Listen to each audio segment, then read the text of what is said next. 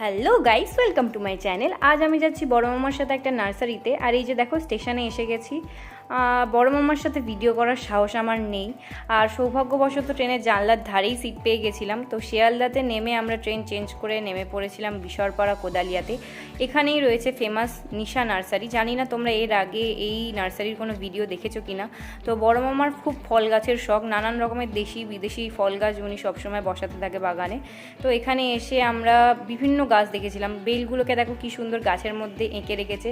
আঙুর গাছ থেকে শুরু করে সমস্ত গাছ ছিল। তো আমরা নিয়েছিলাম 20টা হোয়াইট ডায়মন্ড পেয়ারা গাছ, 15টা রেড ডায়মন্ড পেয়ারা গাছ, ভিয়েতনামি আতা, ভিয়েতনামি সুপারি, পাকিস্তানি মাল্টা, রেড মিসাইল, থাই জামরুল, আরও নানানটা গাছ। তো ব্যাগ এত ভারী হয়ে গেছিলো, ওরা নিজেরাই আমাদেরকে একটা রিক্সা ডেকে স্টেশনে ছেড়ে দিয়ে এসেছিলো। আর তারপরে আমরা ব্যাক করে গেছিলাম।